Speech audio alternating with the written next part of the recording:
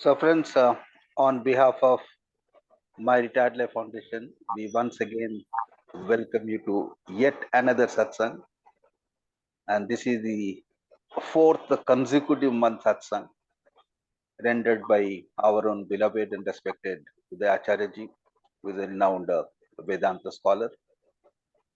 So, I request Uday Acharya ji to please take it forward and give us his views on the inner part of the life spirituality. Uday Acharya ji, floor is open to you, sir. Thank you, Ji. Sen Gupta Ji. Thank you, all participants, for continuing to show your interest with this wonderful topic. Today, we are going to talk about the journey of life. So, we usually begin every class.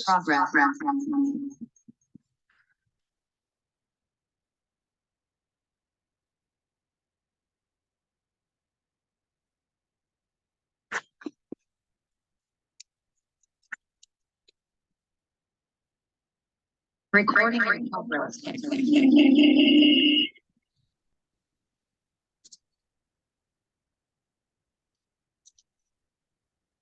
Okay.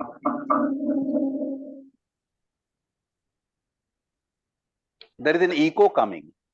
Just.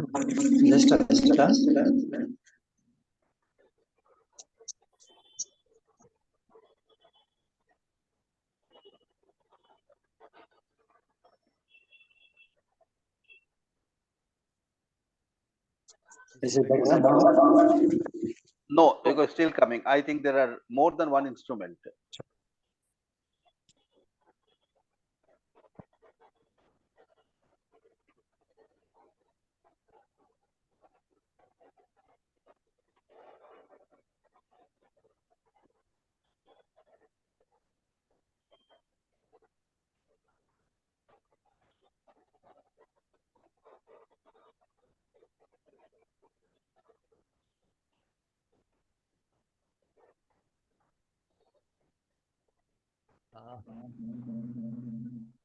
Okay, you're not able to see me, right? No, not able to see you, but the ego is still continuing.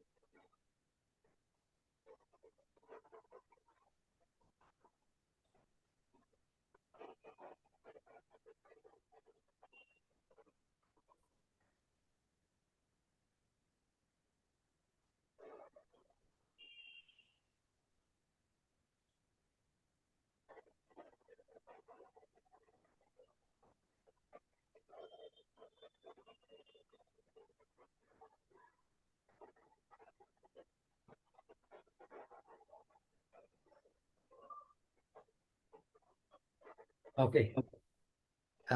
Still getting the echo? No, now less echo, but we are not able to see you.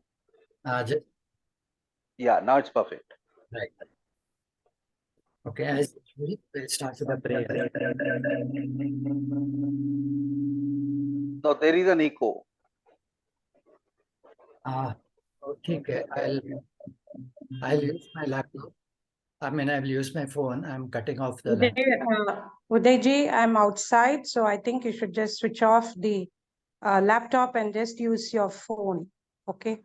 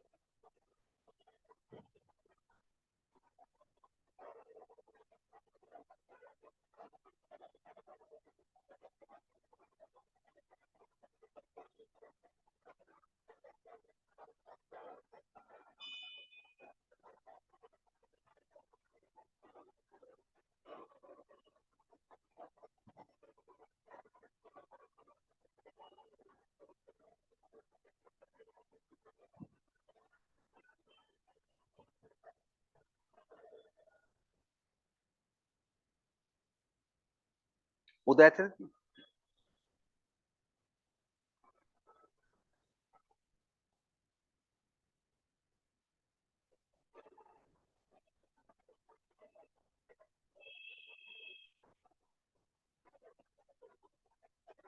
We request all to please wait for a minute. I think he has logged out. Okay, sir, no problem. We'll wait. Yeah, please.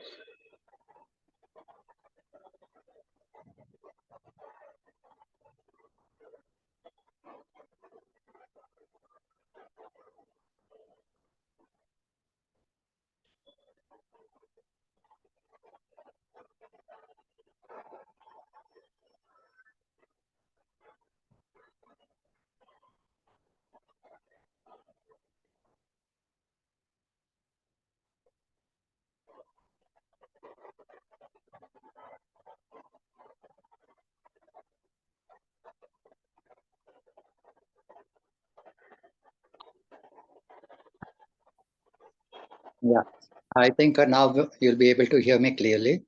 Yeah, now it's perfect. Okay, I'm sorry. There's some lot of issues in connection.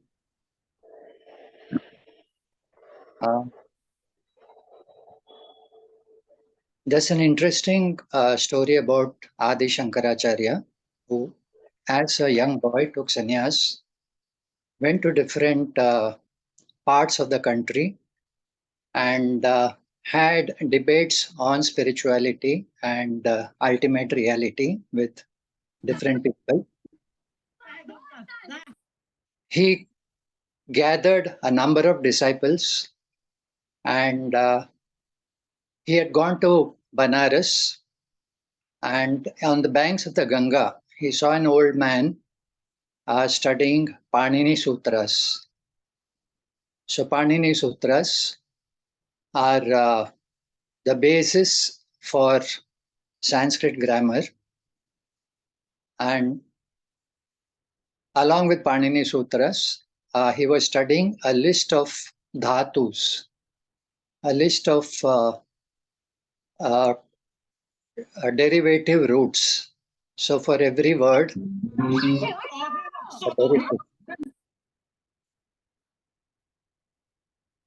like a simple thing when you say karma. So karma, the word karma, or the word kriya, or the word karyam, they all come from the same root, kru dhatu. So kru dhatu, according to Panini, the grammarian, he labels it as dukrang. So kru dhatu is labeled as dukrang. So this is for identification and for use in grammar rules, right? The meaning of kru is karane. So you have a sutra by Panini, Dukrung Karane. So Dukrung Karane is basically highlighting the word karma or kriya from its root, kr. Okay. Now this man was repeating the whole list of dhatus, and he had come to Dukrung Karane, and he was kept on repeating the word Dukrung Karane, Dukrung Karane. Adi Shankara, the young sannyasi, so he faced this old man and asked him, "What are you doing?" He says, "I am studying. I am repeating this word, Dukrung Karane.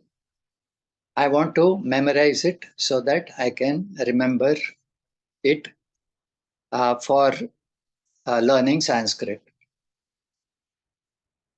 Now Shankara, he faces his old man and says, "Moodha, O fool, bhaja govindam, bhaja govindam. Invoke the Lord at this last stage. Don't waste your time in Dukrum Karane. Learn that there are higher things in life than mere study and gathering knowledge. Gathering knowledge is fine in the first part of your life. As you grow in wisdom, you also have to learn to let go. So learn to let go of the things that you're holding on to, because you're not going to stay here permanently. This life is just a, a, a journey. It is a journey. You start from your childhood and you end it at the time of death. Right? This journey is meant for you to gather experiences. Experiences make you wiser. But don't hold on to experiences and talk about good old days. In good old days, I lived such a wonderful life. So it is all gone away. So don't hold on to the memories of them and feel sad. Why? Because your life is ebbing. You no longer have the health. You no longer have the ability. Therefore, so if you're going to hold on to things in your life, if you're going to hold on to those experiences, you'll find all of them are to be left behind.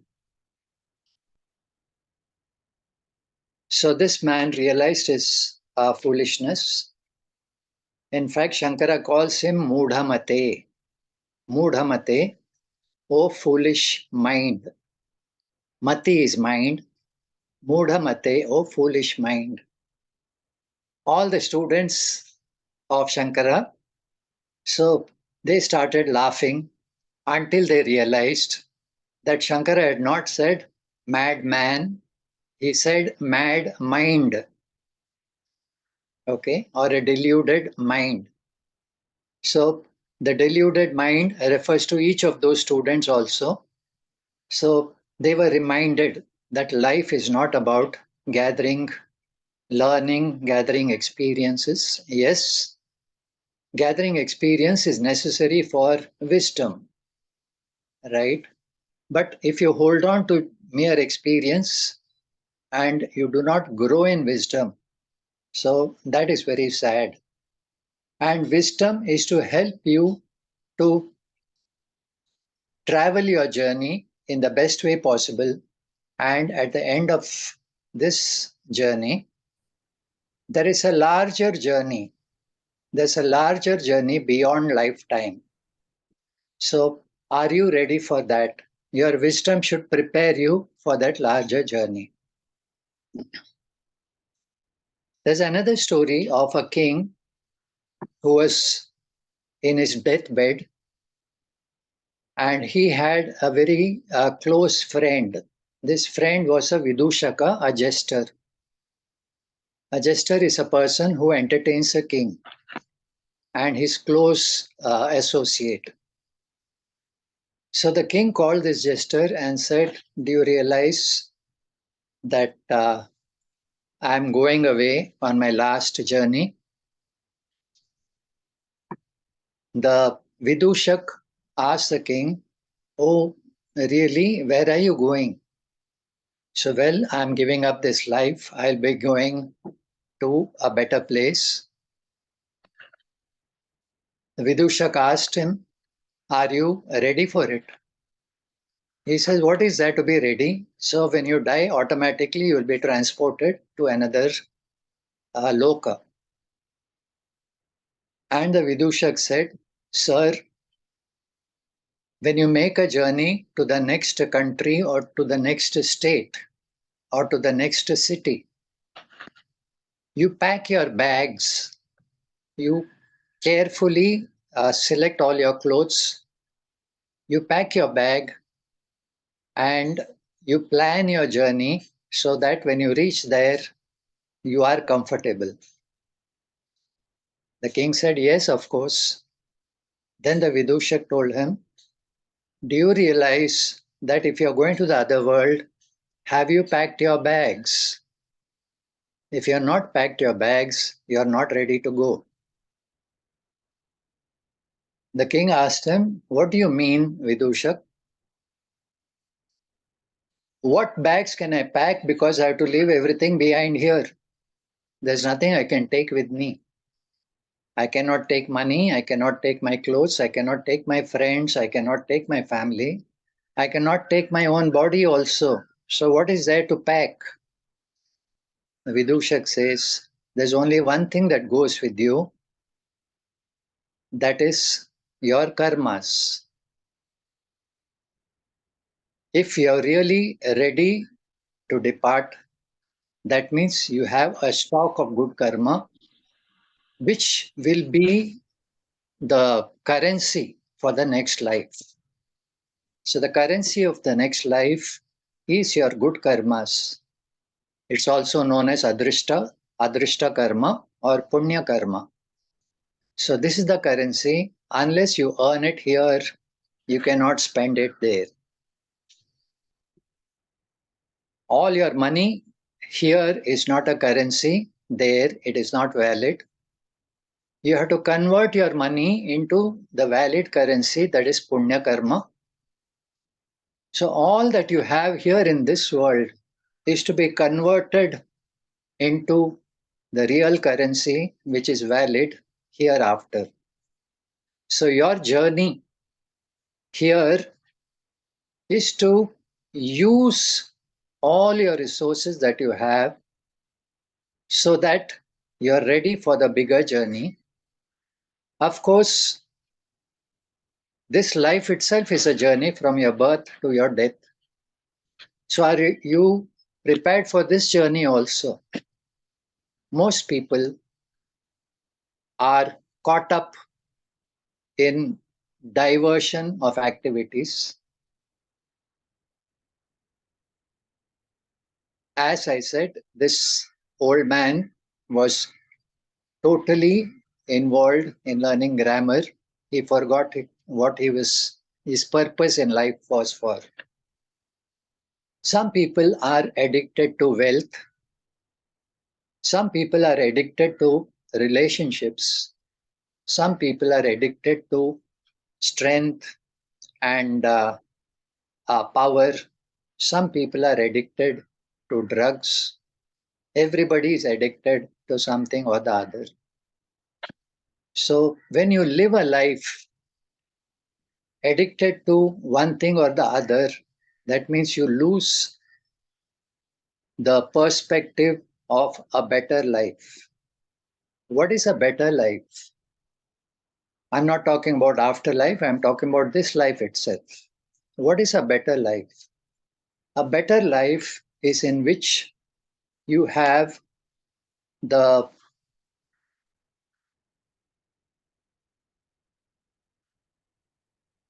physical, mental, emotional, and spiritual dimensions. Each of these dimensions are you are rich in. If you're rich in the physical dimension, you have wealth, you have health, you have a good surroundings, you have a pollution-free uh, place to live in. All this is a physical dimension. So if you're rich in the physical dimension, you can live comfortably, right? You may be rich in the physical dimension, but you may be lacking in the emotional dimension. In the emotional dimension, if you do not know how to relate to people, how to manage your own emotions, then all the physical riches will not help you to enjoy life. Because to enjoy life, you should have a mind which has a sense of proportion. If you don't have a sense of proportion, if you don't know what to do, when, where, how, then you end up doing your own thing and regretting. Emotional uh, riches is in terms of managing your own emotions and using your emotions to build a bond with people around you. most of us are emotionally reactive or emotionally withdrawn. Emotionally reactive means we are super sensitive and we get hurt with everything, and in the process we hurt other people. Somebody said anger is very bad because it destroys your relationships. Okay. Well, you hurt other people. Why do you get angry? Because you are hurt. When you are hurt, you want to hurt other people because it is a reaction. This hurt is from your past. A lot of hurt comes from our childhood when we are reacting out of helplessness, and that reaction has become a habit. So, this anger or reaction is basically a way to get over your hurt. The past hurt you want to get over by passing it on to somebody else. Okay, this is emotionally sensitive. You're reacting to everything. Or you're hurt so much that you don't want to involve yourself with anyone. You just keep on withdrawing. So being withdrawn also is again coming from an emotional hurt. Emotional riches is the ability to understand your emotions and manage it so that your emotional dimension is fulfilling. You have an intellectual dimension. An intellectual dimension is in which you are a constant learner. I think MRL has taught all of us that we are young enough to learn. We are never old. We are all young enough. We can keep learning on and on. There is no end to learning. Yes, learning is a very important part of our human life. Learning should help us to have a better relationship with ourselves, to have a better relationship with others. So that is called useful learning. And a lot of learning, sometimes we don't use it to improve our life. We just use it to boost our ego. So I am a PhD, I am so and so. We use it to feel important. So when you use learning to feel important, that learning becomes an addiction. Similarly, when you use relationships and your emotional wealth, okay, to feed your ego. So I am so popular, I am so loved by people, I am a leader, people look up to me. So when that becomes a need, it is no longer a wealth, it becomes an addiction because it is used to propel your ego, to boost your ego. Okay? The same thing with your physical wealth also. If you use your physical wealth just to boost your ego, I am so rich, I am this, I am that. That is called, I would say, a very sad state of affairs. Have a lot of wealth, but you are not really able to enjoy it. Because this fellow Mr. Ego, he comes and interferes in your happiness and takes away all your happiness. The fourth dimension is the spiritual area. The spiritual area is in which you invoke a higher power. That higher power, you can call it God, you can call it nature, you can call it the universe, or you can call it as Shunyam, according to Buddhists, or you can call it as Ishvara or Brahman in Vedanta. When you recognize that higher power, you find that the ego is you can say secondary. If spirituality is primary, the ego becomes secondary. When the ego becomes secondary, you can enjoy the relationship with the universe. You can enjoy the relationship with others. You can also enjoy your physical riches, your intellectual learning. You can enjoy all this when your ego is balanced. So we are talking about growth as managing your ego.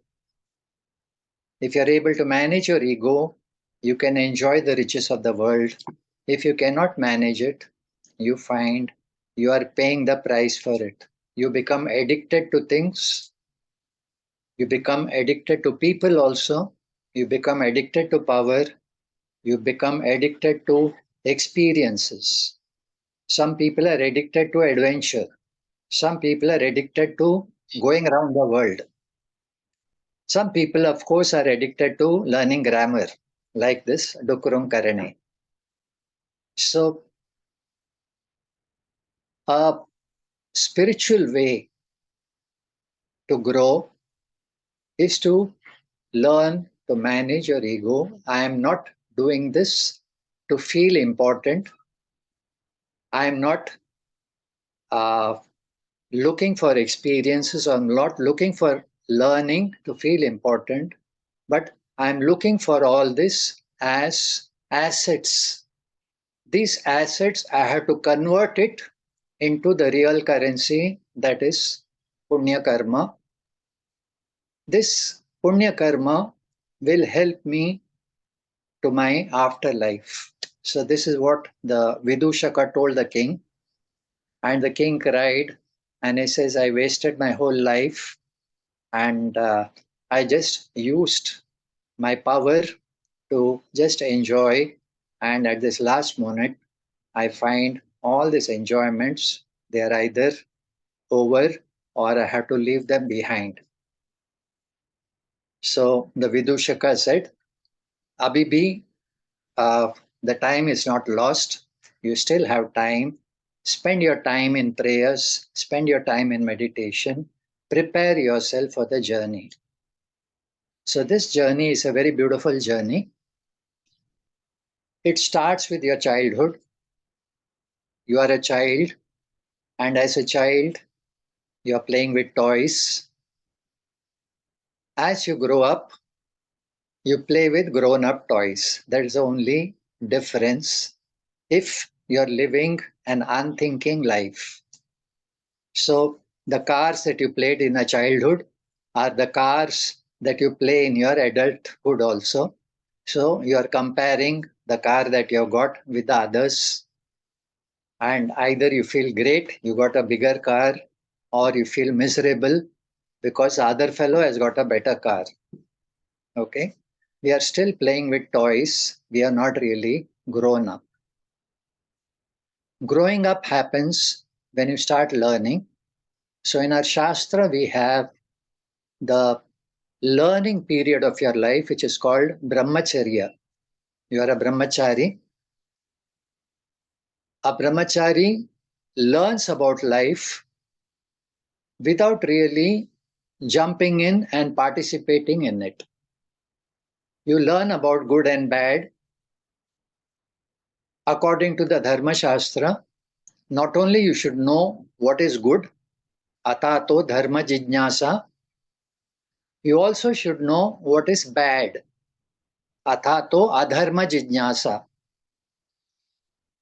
Okay, unless you know what is bad, you cannot really be good.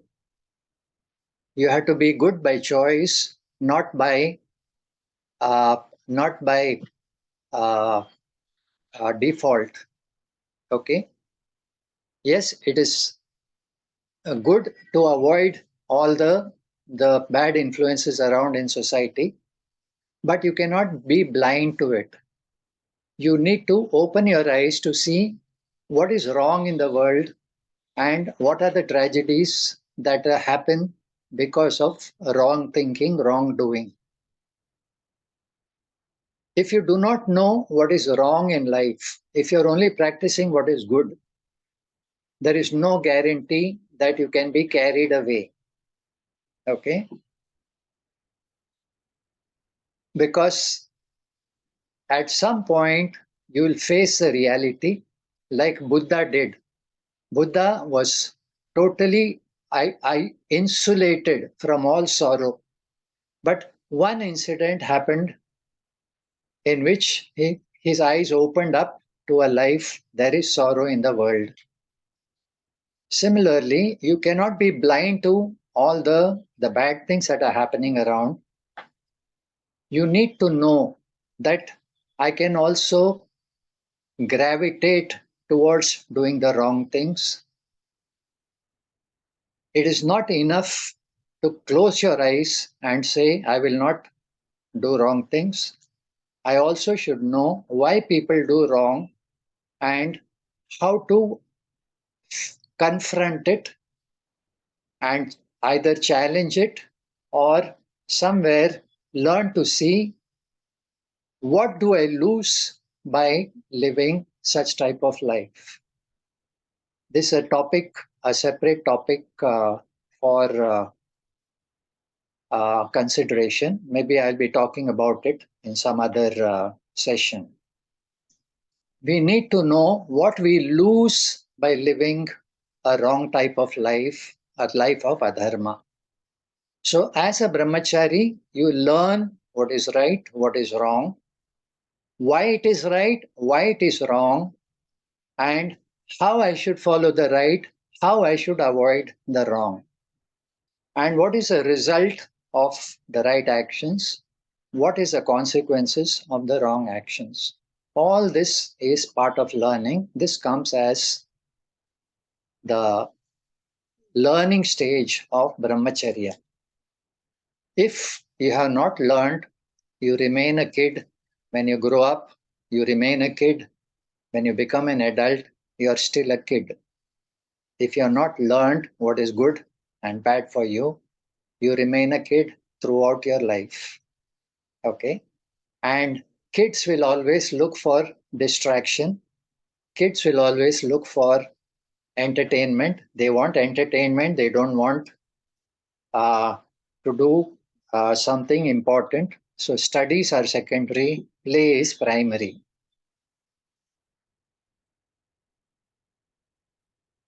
If you're growing up in a way in which you're not really learned the importance of learning, you just grow up in a family which is a rich, you have all the gadgets in your hand, you have the car in your hand, you are still not an adult, but you drive that car and you crash it somewhere and it is at the cost of so many lives. Okay, so we grew up without any lagam. Ghoda ka lagam hota hai. If you grow up in that stage, that means you are never really grown. Growing up means responsibility. So when you take responsibility for your life, you learn about life and see how you can make your life better and better. The next stage of life is the Grahastha Ashrama. In the Grahastha Ashrama, you take on responsibilities to start a family, to earn not only a living for yourself, but to feed the family. And in our culture, we not only feed our families, we also feed the people who come home as atithis. This is what I think Kabir said, Sai itna dijiye, jisme sukh samaye, हम भी भूखा न रहे, साधु भी भूखा न जाए. Anybody who comes home, So I should have enough to provide for that person also. So I don't think only of myself, I think also of society. So this is not only a life of responsibility, but also a life of reaching out and becoming an important part of the society. Grastha ashrama is only ashrama in which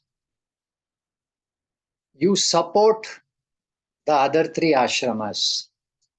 You support the brahmachari, you support the vanaprastha, you support the sannyasi. Okay, so grastha ashrama is the most productive phase of your life, which of course makes you feel important.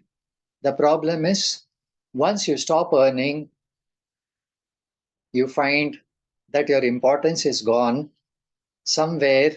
Unless you are able to let go of that importance, you will feel trapped, you will feel unhappy, because you live in the past, you don't have anything for the future. Vanaprastha is a stage where you delegate your responsibilities to your children. You are there as an advisor, as a mentor, and as a mentor, you help the next generation to become independent. Till that time, you're available for them until you find a stage comes when you can let go that also, because they have become independent. They are also wise. Now you have to fulfill your spiritual capital. Your spiritual capital is your punya karma. Punya karma is fine for a better life in future. But even the future, the Shastra says, is also just another journey. In every lifetime, in this lifetime, you have a journey to go from the relative to the absolute. If you have not completed this journey, then you go to the next lifetime to complete that journey. And we have a number of lifetimes.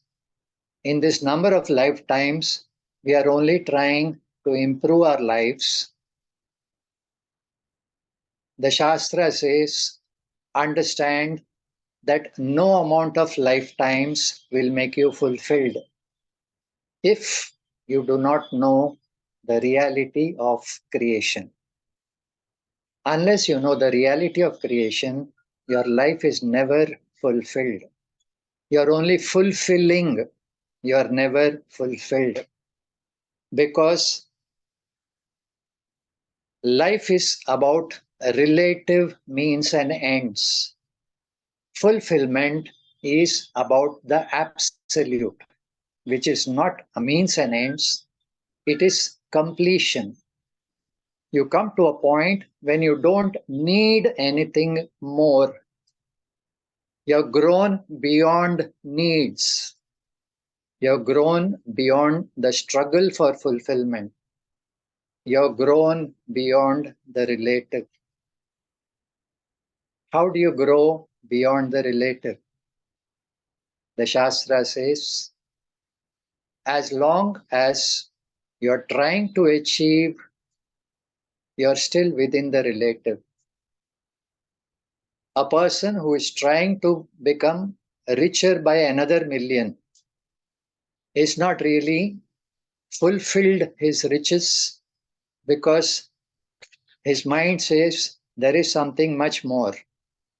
1 million is not enough. I require another million. Okay. So we are only fulfilling. We are never fulfilled. And interestingly, my definition of riches is you are rich only if you have something to spare. You have something to spare so that you can give it away. If you can give away some of your riches, if you can afford to give away, you are rich. If you cannot afford to give away, you are poor. Okay? You may own a kingdom, but if you cannot afford to give away something of your riches, you are still poor. This is what a beggar he discovered when he went to the temple. He saw the king inside the temple, and the king was praying, please give me more power so that I can conquer the nearby kingdoms, so that I can become richer and I can become more popular. This beggar was waiting. In fact, he had been waiting there for many days because he knew the king comes this way. So when the king passed his way to going to the temple, the beggar said, please give me something. The king said, I'm going to the temple. When I come back, when I return, we'll see about it. So the king went into the temple and he started praying, and he prayed to God, give me riches, give me more power, give me more popularity. And this beggar was hearing it all. When the king came out of the prayer hall, he looked for this beggar and he didn't see him anywhere. So the king asked his servants, please go and find out where that beggar is. And these servants, they went, found the beggar, brought him back to the king. And the king said, where did you disappear? I told you to wait for me. The beggar said, O king, I have a professional pride. I am a professional beggar. And my policy says one beggar cannot beg from another. Okay. So I am begging for money, and I discover you're also begging for the same thing. So in what way are you different from me? We are all beggars itself. So I may as well go and beg from the Lord, who is not a beggar. I don't have to go through you. I can go directly to the Lord. Okay, so this is called professional courtesy. One beggar cannot beg from another.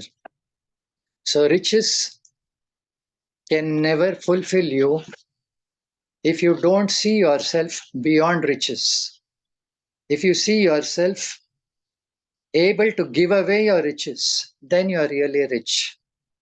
So that fulfillment does not come through riches. It comes through a understanding that there is something much deeper, there is something much more. In this context, I want to uh, present a picture of growth which my teacher talks about. And this morning itself, I heard a podcast by one of my Guru Bahins talking about this particular growth. Okay, so I said I must close with this particular idea. As a child, rather before I was born, I was very secure within my mother's womb. I was so secure, I was so comfortable that everything I needed was provided for me. When I came out of the womb, again my mother was there to provide for me. So I felt so secure, and I said, as long as my mother is there, I am complete. I don't require anything more. Slowly I discovered that mother is not available for me 24 hours. She's there for some time, and very often she's missing. So I have to draw her attention. I have to cry full blast to draw her attention.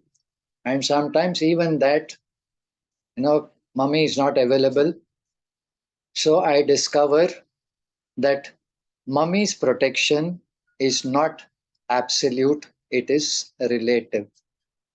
And again, mummy has got her own hang-ups. Therefore, sometimes she's very nice to me. Sometimes she is ignoring me. And sometimes she's just taking out her anger on me. Okay, that means my mother is not perfect. And my world has shattered because my world is no longer perfect. If my mummy is not perfect, my world is not perfect. I look beyond my mother to find out whether I can find someone else to replace my mummy and my parents. As I grow up, I discover relationships and I get into a relationship which I think is perfect, and then my world becomes very perfect. This is called the honeymoon phase. In the honeymoon phase, my world is very perfect.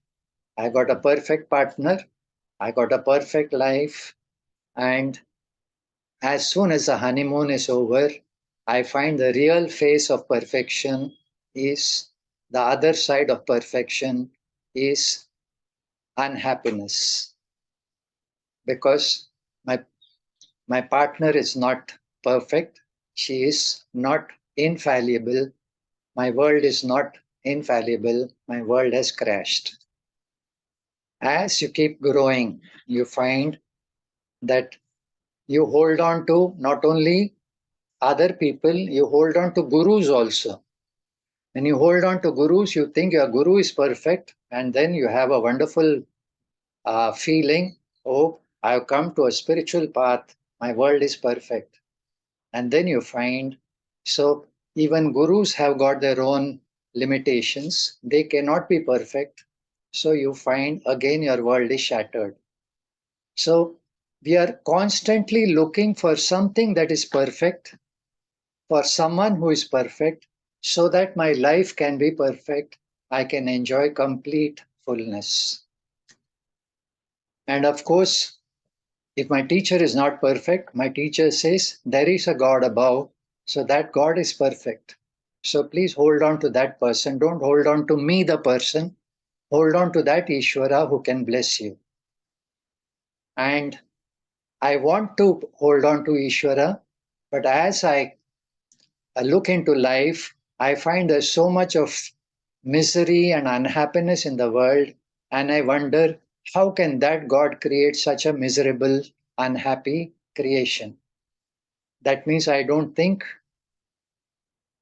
Bhagwan also is perfect, Bhagwan also is fallible, therefore my life is breaking down. So constantly my search is for something that is perfect. And the best thing is that I come across the teacher who is revealing the scriptures which are said to be a revelation of Lord Himself. The scriptures say, if you are looking for the Lord who is perfect in your eyes, you will never find such a Lord, because you cannot explain all the evils in society, all the miseries and unhappiness in society. You cannot explain it if there is a God who has created this misery. I don't think He can really be perfect. Okay? So our idea of God is a problem.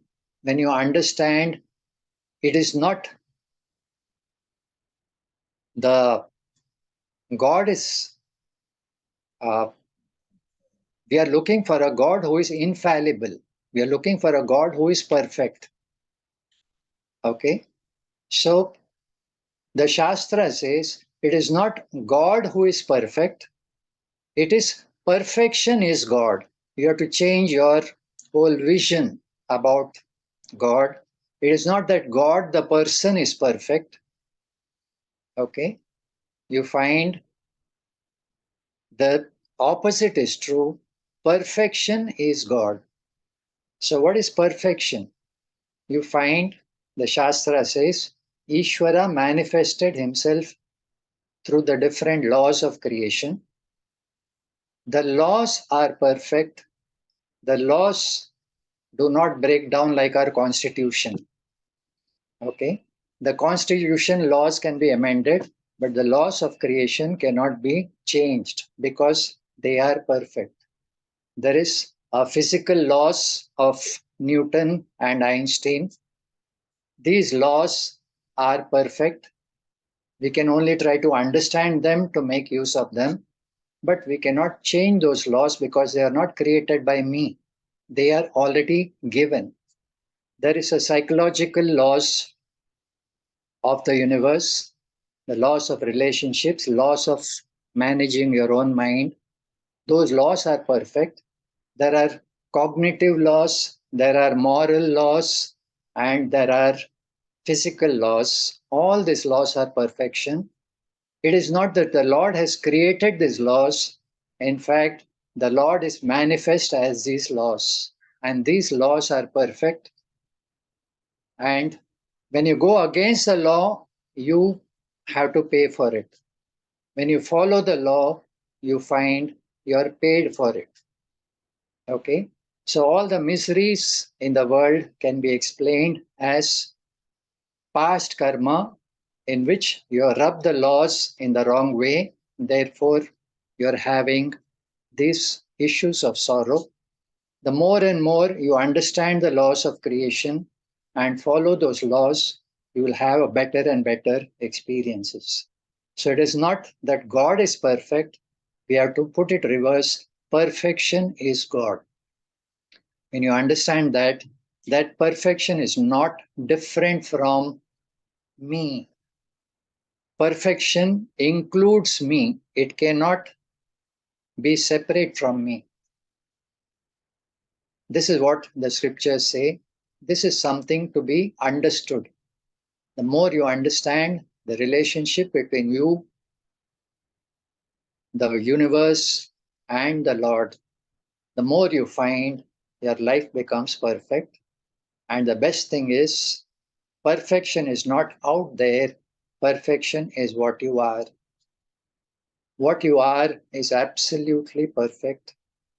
Unless and until you know yourself, you will always be struggling in the relative world.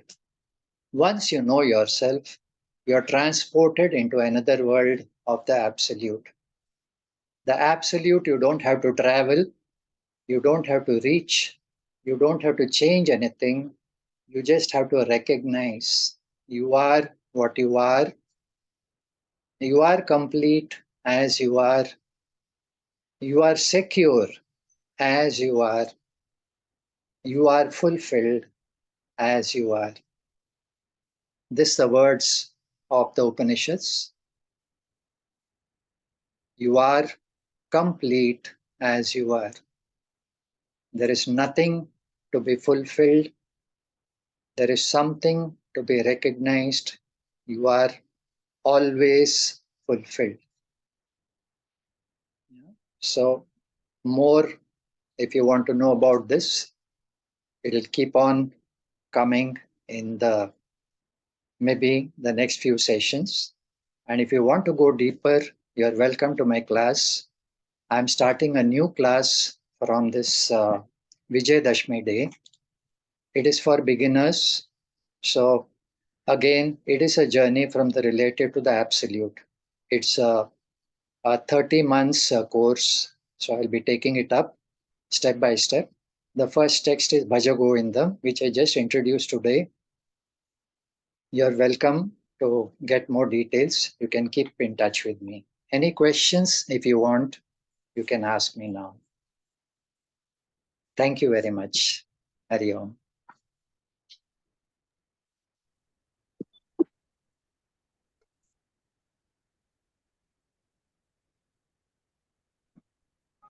Anybody has a question, please?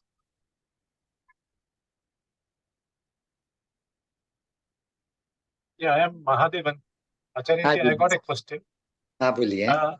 You told that what is good and what is bad should be known by us. Only knowing what is good doesn't not the end. We must also know what is bad and try to amend it. But what if these bad things are not in my control? How do I? Correct.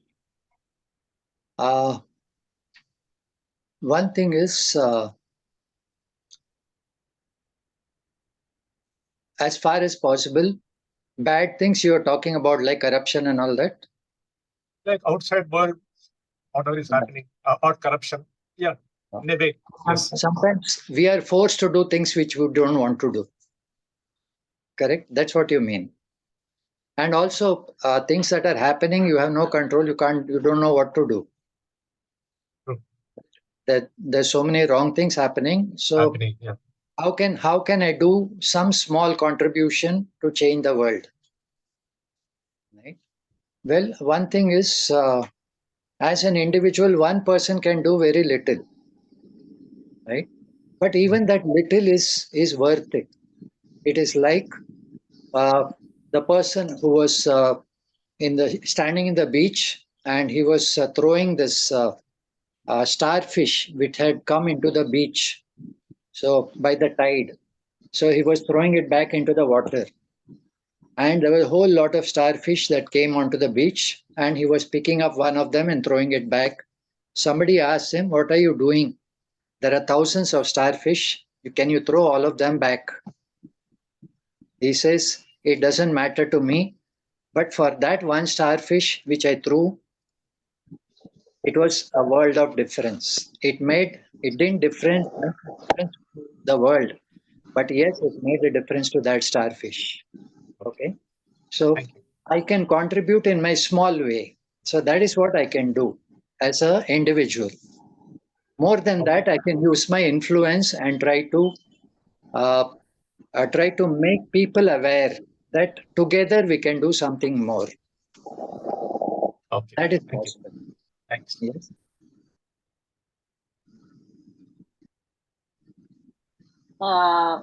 Guruji, I want to ask something.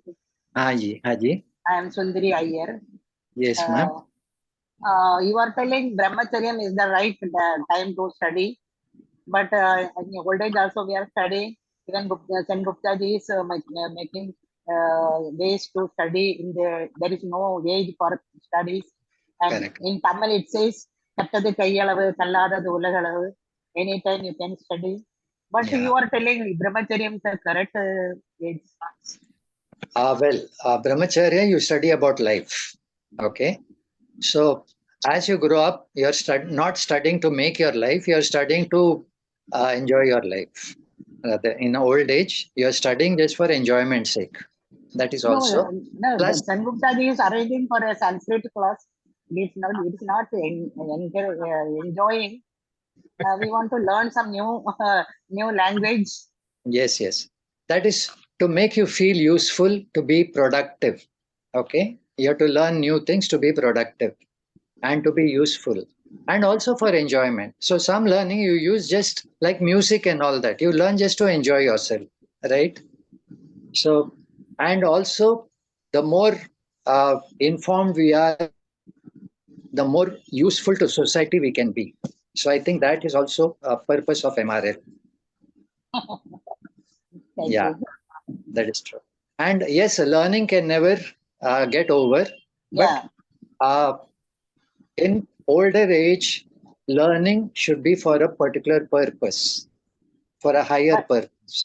But When you learn higher learning a purpose, new language is also good. No, new language. it is also good. But mere study of language, okay, so will be just an entertainment if you don't make use of it. Correct? If you don't make use of it, it's just an entertainment. By learning Sanskrit, you can understand the slokas. Exactly. So that is a purpose. You have a purpose. You learn Sanskrit for a purpose, right? So that you can read the scriptures, you can know more about your culture. So that purpose should be kept in mind. So don't do things mechanically. Always see what is the purpose of what I'm doing. So that is learning called. in any age is always very welcoming, no? Learning in any age. Yes, ma'am. It is welcome. Thank you. All learning is welcome. But what Shankara says is, don't just spend your time on learning at the cost of something higher. Yeah. At the I want cost to of join something- Bhajagovindam class. You want to join? You're welcome, ma'am. You can contact me. Okay. Okay. Yeah. You contact me. Fine. Okay. Thank you very much. Excuse me, Acharya ji, one question. हाँ जी बोलिए, कौन बोल रहे हैं? नवीन दुग्गल बोल रहा हूँ साहब. जी दुगल जी सबकी सुनो, मेरी हाँ मत सुनो. Why there are conflicts on a small because of the old age or difference of communication or opinion? There is no resolving factor and person gets upset or this. We do say, okay, let go and all that, agreed. But as per you said, good and bad, but some people intentionally want to just disrupt or just show their ego or anger or whatever. So what is that? How to overcome that kind of factors? Because in old age you say, "Hum sudhrenge nahi." So my point is there any way to calm down that way immediately? I think your ego and my ego will create a clash between us, right? Correct. So let go. तो और आवाज के लिए दो हाथ चाहिए थाली बजाने के लिए. Okay. अच्छा, अच्छा. So, Got it. one thing is I can manage my ego so that I can understand your ego. Correct. Okay. The more I understand your ego, the more maybe I can work with you. Correct. So at the same time, sometimes your ego can be so strong that I cannot work with you. Correct. Right. So there is where I have to get a third person. I have to get a third person who can Mediator. counsel both of us. Okay. This is Anyway, where thanks a lot. counseling is But important. one point to share about Sanskrit, it is like a shorthand. That is the easiest thing that you could, once you know Sanskrit, you will enjoy more in not only understanding and translating, but you will be personally involved rather than just repeating those same shlokas, because True, true. that gives you a meaningful to the soul, the body, and the mind. Thank you very much, Acharya ji. Lovely session we had. Thank you so much. Welcome. Acharya ji, namaste. हाँ जी बोलिए जी बोलिए. I am Ramurthy Bhatt. हाँ जी. I am Ramurthy Bhatt Yes, speaking. Ramurthy ji बोलिए. Sir, my question is, how one man can become perfect? Okay. You see, perfection is God and man is perfect. Yeah. And how one man can become perfect? Okay. Basically, perfection is a journey. Okay. So perfection is not the end of the journey. Perfection itself is a journey. So at every stage, you are perfect. Okay. Until you go to the next stage. So at every stage, you are perfect. And growth is more of discovering the perfection of the next stage. Growth is discovering that perfection. And ultimately, well, I should not talk about this. In mathematics, okay, you have zero and you have infinity. Now, both these concepts are from our Vedas. Zero also and infinity also. Both these concepts are from our Vedas. And relatively, zero is nothing and infinity is everything. Okay. But when you look at it absolutely, there is nothing other than infinity. There's only infinity. There's no zero, there's no numbers. Because all the numbers are within infinity. Right? And infinity cannot be divided. If infinity cannot be divided, you cannot have numbers. Can you get it? Only if infinity can be divided, you have numbers. Okay? And all the numbers are swallowed up by infinity. That means there are no real numbers. There's only appearance of numbers. And every number is infinite. This is our Vedic concept. Every number is infinite. So we are traveling in the relative journey from 3 to 4, 4 to 5. But when you look at it from the absolute standpoint, 3 is infinite, 4 is infinite, 5 also is infinite, and 0 also is infinite. So you are never zero. You are infinite all the way. You are perfect all the way. Make sense? Yes, This called There is no other realization. okay. This called realization. Yeah, you are perfect all the way. Okay, thank you very much. Acha ji. Thank you. There is no other question. Then thank you, Uday Acharya ji. Many, many thanks. Look forward to seeing you again. Many, many Thank thanks for the enlightening session. I hope you Thank you. enjoyed it. Thank you.